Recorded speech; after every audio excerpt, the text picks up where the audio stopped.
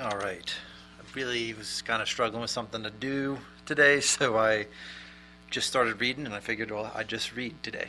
So, no, not just reading. I am going to read a lot, so I'll try to move quick through this because I don't want to take up all the time. But everybody can turn to Ruth real quick. And I wanted to talk about Ruth, Naomi, and Boaz because I think all three of them have something to kind of teach us. They're all three unique.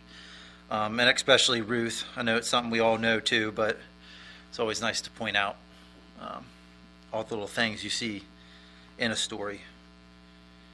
Maybe I can give you a little bit different perspective or something. I don't know. Maybe somebody can teach me something after this. But I'll start in Ruth 1:1. Why not? Let's set the foundation. So, it happened in the days when the judges judged that there was a famine in the land, and a certain man of Bethlehem, Judah, went to sojourn in the country of Moab, he and his wife and his 2 sons. The name of the man was Elimelech, and the name of his wife was Naomi, and the name of his 2 sons, Mahon and Chilion, Ephraths of Bethlehem, Judah. They came into the country of Moab and continued there. Elimelech, Naomi's son, died, and she was left and her 2 sons. And they took them wives of the women of Moab. The names of one was Orpah, the name of the other Ruth, and they lived there about 10 years. Mahlon and Chilion, I've said that 2 different times now, 2 different ways, died both of them, and the woman was left of her 2 children, and of her husband. Talking about Naomi. So here you have, Naomi's family's pretty much wiped out. She's left with her 2 daughters-in-law. Something real quick to point out, I can't remember what Orpah's name meant, but Naomi's name means pleasant, which comes in a little bit later, and Ruth's name, which everybody knows the story of Ruth, means friend. So, and it kind of shows you how Ruth is very much so a friend to Naomi, not just the daughter-in-law. Back in 6, and she arose with her daughters-in-law that she might return from the country of Moab, for she had heard in the country of Moab how Yahweh had visited his people, giving them bread. She went forth out of the place where she was, and her 2 daughters-in-law with her, and they went on their way to return to the land of Judah. Naomi said to her 2 daughters-in-law, "Go, return each of you to her mother's house. Yahweh deal kindly with you, as you have dealt with the dead and with me. Yahweh grant you that you may find rest, each of you, in the house of her husband." Then she kissed them, and they lifted up their voice, and they wept. And they said to her, "No, but we will return with you to your people." I think this is kind of a big thing, because it speaks a lot to Naomi, that her 2 daughter-in-laws clung so closely just to Naomi. So it kind of shows you how Naomi plays into maybe a little bit of Ruth's personality and Ruth's character qualities, that she rubbed off on Ruth a little bit, because she's such a great woman that none of her daughter-in-laws want to leave. They want to stay with her. Then Naomi said in 11, "Turn again, my daughters. Why will you go with me? Have I yet sons in my womb, that they may be your husbands? Turn again, my daughters. Go your way, for I am too old to have a husband. If I should say I have hope, if I should even have a husband tonight, and should also bear sons, should you therefore wait until they are grown? Would you therefore stay from having husbands? Nay, my daughters, for it grieves me much for your sakes, for the hand of Yahweh has gone forth against me." They lifted up their voice and wept again, and Orpah kissed her mother-in-law, but Ruth joined with her, cleaved to her. So here you have one does leave. And like I said about Naomi, I kind of wonder if sometimes it's the respect that Orpah had for Naomi that she left, that she did what Naomi said. But, as you can see, Ruth was different. Ruth wanted to give up actually the rest of her life to be with Naomi and to be with God, with the people of God. And we'll get into that right now. In 15, she said, "Behold, your sister-in-law has gone back to her people and to her God. Return after your sister-in-law." Ruth said, "Don't entreat me to leave you and to return from following after you, for where you go, I will go, and where you lodge, I will lodge. Where your people shall be my people, and your God my God. Where you die will I die, and there will I be buried. Yahweh do so to me, and more so also, if anything but death part you and me." And when she saw that she was steadfastly minded to go with her, she left off speaking her. So Naomi realizes, I'm not changing her mind, and she's pretty steadfast and and strong-minded, strong-willed to go with me. So she went with her. And you can see that vow that Ruth gave to her. Like, I'm not leaving your side. I want to be with you. I want to be with your God. I want to be with your people. I don't want to go back to my God like Orpha did. She went back to her family's gods. 19. So they two went until they came to Bethlehem. It happened that when they were come to Bethlehem, that all the city was moved about them. And the women said, "This is Naomi." She said to them, "Don't call me Naomi, call me Mara, for the Almighty has dealt very bitterly with me. I went out full, and Yahweh has brought me home again empty. Why do you call me Naomi, seeing Yahweh has testified against me, and the Almighty has afflicted me?" So Naomi returned, and Ruth the Moabitess, and her daughter-in-law with her, who returned out of the country of Moab, and they came to Bethlehem in the beginning of barley harvest. So you see here, Naomi wants to change her name, says, "Call me Mara," which means bitterness. So she goes from being pleasant to wanting to be called bitter. I don't think she made that personality change, but I think she was just being trying to depict her situation. But just a little interesting fact. Going to 2. Now Boaz starts to come into the story. Chapter 2. Naomi had a kinsman of her husband, a mighty man of wealth, and of the family of Amalek, and his name was Boaz. Ruth the Moabitess said to Naomi, "Let me go to the field and glean among the ears of the grain after him, in whose sight I shall find favor." She said to her, "Go, my daughter." So right now, she's just going out, and she's like, "I'm going to try to find somebody who likes me, who will let me glean, and I'm going to go glean in the fields." She went and came and gleaned in the field after the reapers, and she happened to come upon the portion of the field belonging to Boaz, who was of the family of Amalek. Behold, Boaz came from Bethlehem and said to the reapers, "Yahweh be with you." They answered to him, "Yahweh bless you." And once again, so we're going to talk about Boaz a little bit too. You see how Boaz is.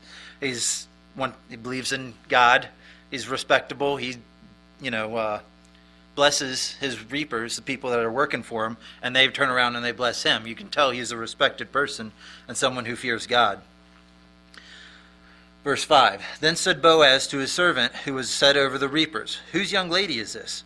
The servant who was set over the reapers answered, "This is the Moabite lady who came back with Naomi out of the country of Moab." And she said, "Please let me glean after the reapers among the sheaves." So she came and has continued even from the morning until now, except that she stayed a little in the house. So here he kind of points out that she's been out here all day long. She just stayed in the house just a little bit, had a little break or something. But she's been out here since the morning, working her tail off and all. Then says Boaz to Ruth, "Don't you hear me, my daughter?" And when he says my daughter, like at the beginning he said, "Who's this young lady?" Then he says my daughter. When he does that too, he also puts a little bit more respect on her, because he's heard about Ruth and Naomi. So he puts more respect on her by calling her daughter. "You're not just a young lady, someone I don't know. You're my daughter." He's giving her more respect and treating her by calling her a name rather than just you, part of his family almost. So he says, "Do you hear, my daughter? Don't go glean in another field, neither pass from hence, but abide here fast by my maidens. Let your eyes be on the field that they reap, and go after them. Haven't I charged the young men that they shall not touch you? And when you are thirsty, go to the vessels and drink of that which the young men have drawn." Then she fell on her face. Once again, you see Boaz and his generosity here.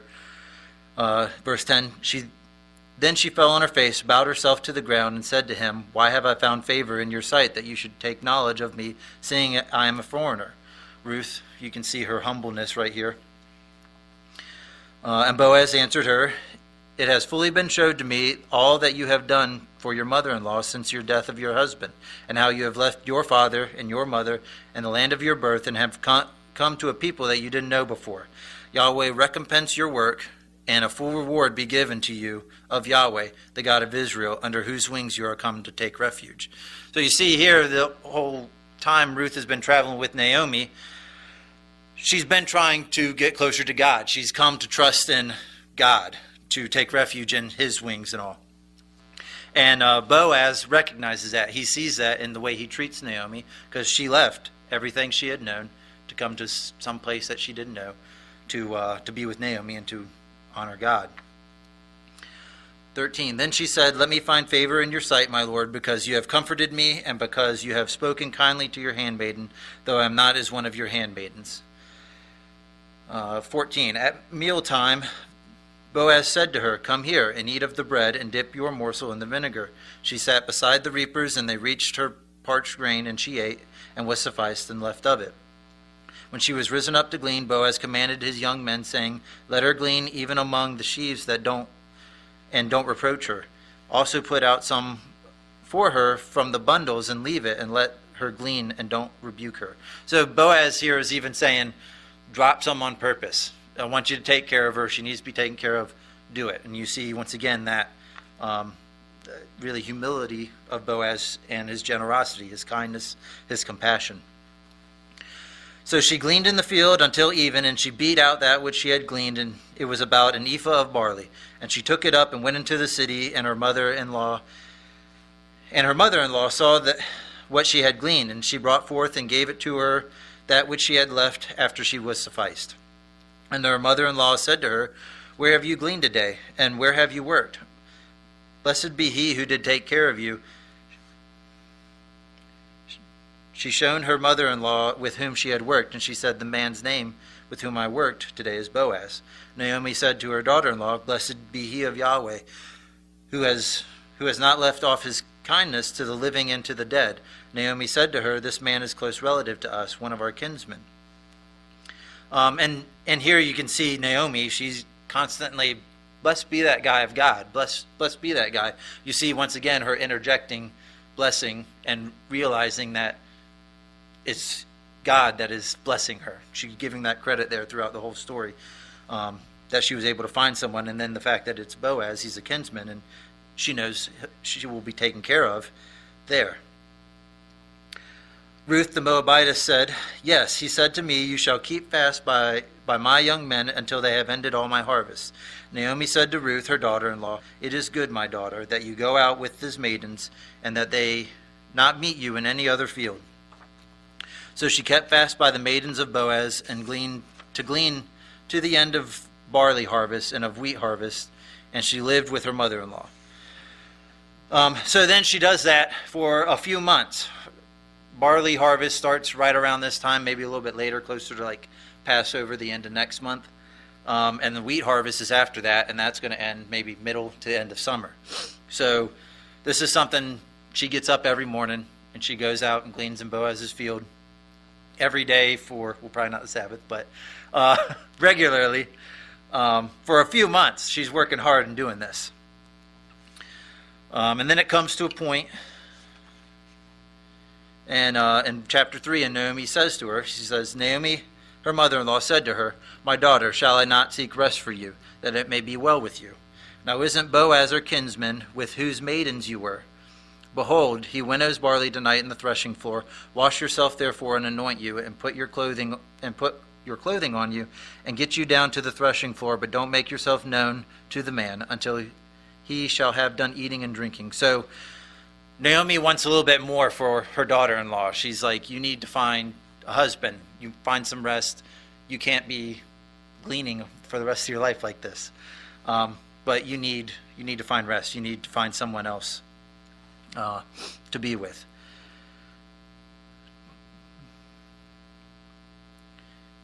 Okay, in verse 4, "It shall be when he lies down that you shall mark the place where he shall lie, and you shall go in and uncover his feet and lay you down, and he will tell you what you shall do."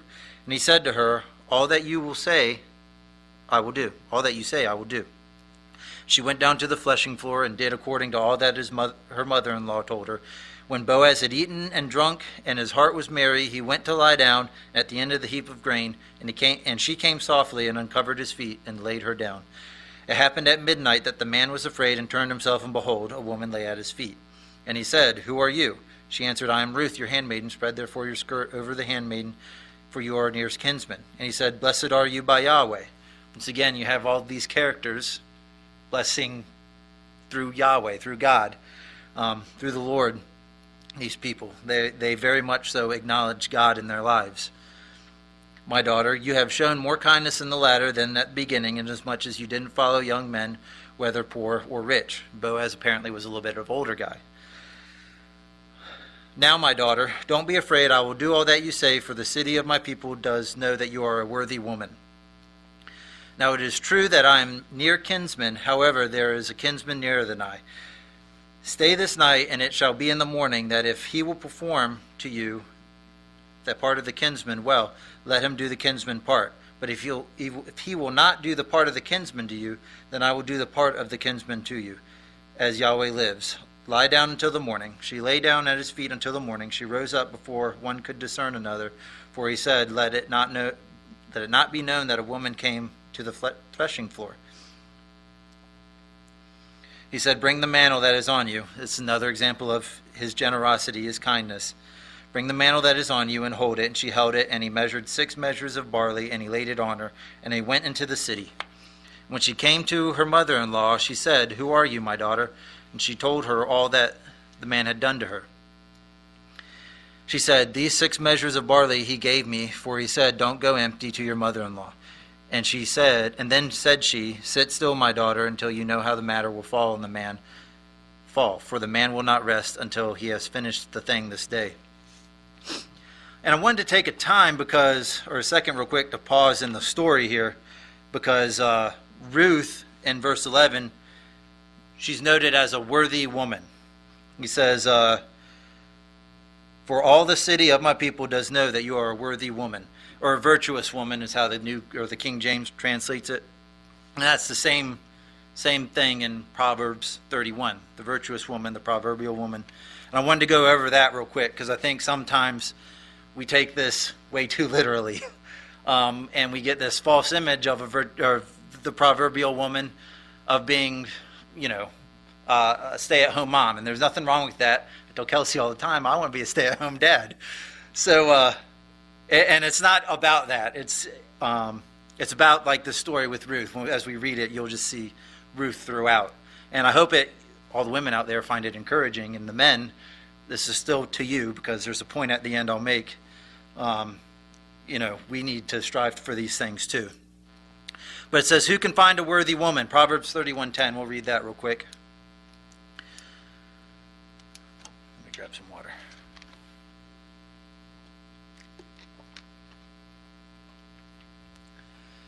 Who can find a worthy woman? For her price is far above rubies. The heart of her husband trusts in her. He shall have no lack of gain. She does him good and not harm all the days of her life. First thing here, her relationships. She respects them. And she's a trustworthy person, just like Ruth was. Ruth respected, honored her relationships. That's a quality that the virtuous woman had, something we should all be encouraged to do. Proverbs then 13, verse 13. She seeks wool and flax and works eagerly with her hands. She is like the merchant ship. She brings her bread from afar. She rises also while it is yet night, gives food to her household and portions for her servant girls. She considers a field and buys it. With the fruit of her hands, she plants a vineyard. She's hard working, and she provides sustenance for her house. That's physically, and that's spiritually also. Let's not forget about spiritual bread, and that she needs to provide that also. And we'll go down through this, and you'll see that. But she works eagerly. You see that Ruth woke up early in the morning to go glean these fields to take care of Naomi and her. And that's what she does. She wakes up early in the morning to make sure there's sustenance for the house. But don't forget, it's hard working. It's providing. It's not necessarily cooking breakfast every day. It's making sure breakfast is available for everyone in the house. And that's not just her duty. I don't want to make this sound rough or anything like that. But she does that, and she's hardworking. She works. She considers a field. This is a time back here where women didn't have as many rights as they do now. And she considers a field. She's responsible over her own money. She's going to consider a field. She doesn't consult someone. She goes and does. She's an independent person, as you can see. And she provides for her family. 17, she girds her waist with strength and makes her arms strong. She perceives that her merchandise is profitable. Her lamp doesn't go out by night. She lays her hands to the distaff, and her hands hold the spindle. She opens her arms to the poor. Yes, she extends her hands to the needy. So she has strength in her arms. And she has it girded about her waist. I think that's interesting because when you look at the armor of God, the belt, what you gird about you is truth. That's strength. And that's what she does. She has strong arms. And I find it interesting that what she does with those strong arms is she opens her arms to the poor. Yes, she extends her hands to the needy. She's confident because she perceives that her merchandise is profitable. She's strong. She's humble because she reaches out to the needy. Compassionate, and she cares for her community.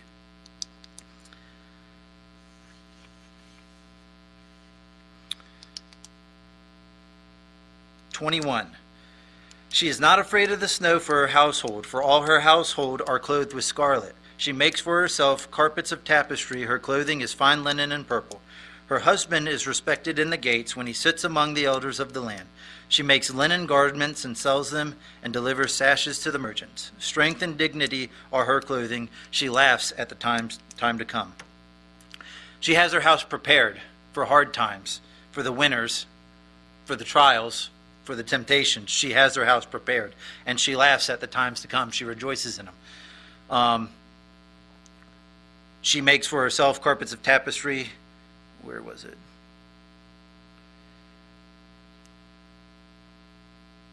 And she's clothed with royalty. She's got things of fine linen and purple. She makes sure that her household is taken care of and that she is seen as someone who is chosen of God, and I'll get to that too. Also people, she makes linen garments and sells them and delivers sashes to the merchants. The things that she makes, the things that she clothes herself with, which I would hope would be the armor of God, which is the armor of God and all, people find value in that. People want to buy those garments. She delivers the sashes to the merchants. So those things that, we put on, we want others to find value in them. But strength and dignity are in her clothing, and she laughs. She rejoices because she knows what she's clothed in, and that's God's righteousness. 26. 31:26. She opens her mouth with wisdom. Faithful instruction is on her tongue. She looks well to the ways of her household and doesn't eat the bread of idleness. Her children rise up and call her blessed. Her husband also praises her. Many women do noble things, but you excel in them all. So here she has her constantly speaking wisdom and faithful instruction. She's faithful and wise. She looks to the ways of her household. That's not just keeping her household in check, but that is, like it's talking about wisdom and faithfulness. She's instructing and making sure her house is wise and faithful. And she doesn't eat the bread of idleness. So those words that she's preaching, she's doing. She's not just sitting down doing nothing or telling people how to act. She's living it. She's showing it, and she's showing her household how she is supposed to act. And then once again, it brings back her relationship with her husband and her kids, and they all bless her. They praise her. With many women do noble things, but you excel at them. And she focuses on her. All right. And in 30 and 31. Charm is deceitful and beauty is vain, but a woman who fears Yahweh shall be praised. Give her of the fruit of her hands, let her works be praised in the gates. And that is why the proverbial woman does everything she does. Why is because she fears God. She fears Yahweh, just like Ruth did everything she did. She came to trust in God. She came to trust in Jesus and the Lord. She believed in that and trusted in that, and that's why she did what she did. And I think this is all something that all women can, I think, be encouraged by. I know Kelsey finds encouragement at the proverbial woman. She doesn't look at it as, oh, I got a lot of catching up to do, but she really enjoys reading that and respects that and all. She's also done something about it before, but I couldn't do it justice. So,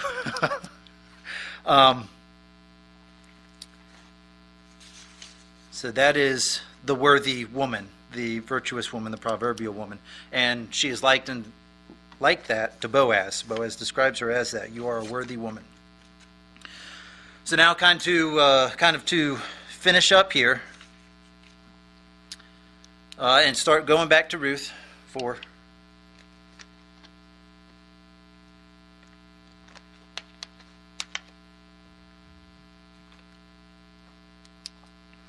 Now Boaz went up to the gate, starting in verse 1. Boaz went up to the gate and sat down there, and behold, the near kinsman of whom Boaz spoke came by, to whom he said, Ho, such a one, turn aside, sit down here. He turned aside and sat down.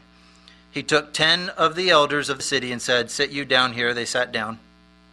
He said to the near kinsman, Naomi, who has come back out of the country of Moab, is selling the parcel of land which was our brother Elimelech's. I thought to disclose it to you, saying, Buy it before those who sit here and before the elders of my people. If you will redeem it, redeem it. But if you will not redeem it, then tell me, that I may know, for there is none to redeem it besides you, and I am after you. He said, I will redeem it. Then said Boaz, What day you shall buy the field of the hand of Naomi, you must also of Ruth the Moabitess, the wife of the dead, to raise up the name of the dead on his inheritance. The near kinsman said, I can't redeem it for myself, lest I mar my own inheritance. Take my right of redemption on you, for I can't redeem it. Now this was the custom in former time of Israel concerning redeeming and concerning exchanging, to confirm all things. The man drew off his shoe and gave it to his neighbor, and that was the manner of attestation in Israel. So the near kinsman said to Boaz, Buy it for yourself, and he drew off his shoe. And Boaz said to the elders and to all the people, You are witnesses this day that I have bought all that was Elimelech's, and that all was Chalon's and Mahlon's of the hand of Naomi. Moreover, Ruth the Moabitess, the wife of Mahlon, I have purchased to be my wife, to raise up the name of the dead on his inheritance, and that the name of the dead be not cut off from among his brothers, and from the gate of the place you are witness this day. Cool thing I find about Boaz here, I know it is still a little awkward talking about purchasing women and this and that and all, but Boaz here doesn't say, I've purchased Ruth to do what the kinsman does. He said, I purchased Ruth to be my wife, and he respects her for that, and he will be his wife, not just somebody. Ruth 4:11. All the people who were in the gate and the elders said, We are witness, Yahweh make the woman who has come into your house like Rachel and Leah, which two built the house of Israel, and you do worthily in Ephrath, and do you worthily in Ephrath, and be famous in Bethlehem. And let your house be like Perez and Tamar, who bore Judah, of the seed of Yahweh shall give you of this young woman. And this just pointing back to that proverbial woman, these people in the gates are saying, praising Ruth and blessing her. And in Proverbs 31:31 says, Give of her the fruit of her hands, and let her works praise her in the gates. You know, they're praising Ruth and her works, what she's done, and blessing her. 13. So Boaz took Ruth, and she became his wife, and he went unto her, and Yahweh gave her conception, and she bore a son. And the women said to Naomi, Blessed be Yahweh, who has not left you this day without a near kinsman, and let his name be famous in Israel. He shall be to you a restorer of life, and sustain you in your old age. For your daughter-in-law, who loves you, who is better to you than 7 sons, has bore him. Naomi took the child and laid it in her bosom and became nurse to it. And the women, her neighbors, gave it a name, saying, There is a son born to Naomi, and they named him Obed, and he is the father of Jesse, the father of David. Now this is the history of the generation of Perez. Perez became the father of Herzon, and Herzon became the father of Ram. Ram became the father of Aminadab, and Aminadab became the father of Nahshon, and Nahshon became the father of Salom, and Salom became the father of Boaz. Boaz became the father of Obed, and Obed became the father of Jesse, and Jesse became the father of David. So you see how she's blessed. She is the, I think, great-grandmother, or the grandmother? Great-grandmother of David. She's in that lineage there of David, which is a huge thing. and eventually Christ. So, but to kind of conclude, you can see Ruth, you can see Boaz, and you can see Naomi, and you can see how they all interacted with God in their life, and they all praised and blessed God as certain little blessings came along. You can see the actions of Ruth, how she is like this proverbial woman, the things we can take from them, even whether you're a man or you're a woman, you can take things from the proverbial woman, because she is a worthy woman and all. She values her relationships. She was a friend, Ruth was. We should all do that. Hardworking provider, strong, confident, humble, compassionate. She's prepared, dignified, rejoices. She's wise, faithful, and backs it up, follows through. She's honored among the people, and most of all, she fears God. She trusts in God. And that is the reason for all the above, is what drew her to that. And I hope all women are encouraged by that, the proverbial woman and Ruth's story, and I hope the men are too, because as they said here in 15, your daughter-in-law who loves you, who is better than you than 7 sons, has bore him. Just remember that one worthy woman is better than 7 of us. So,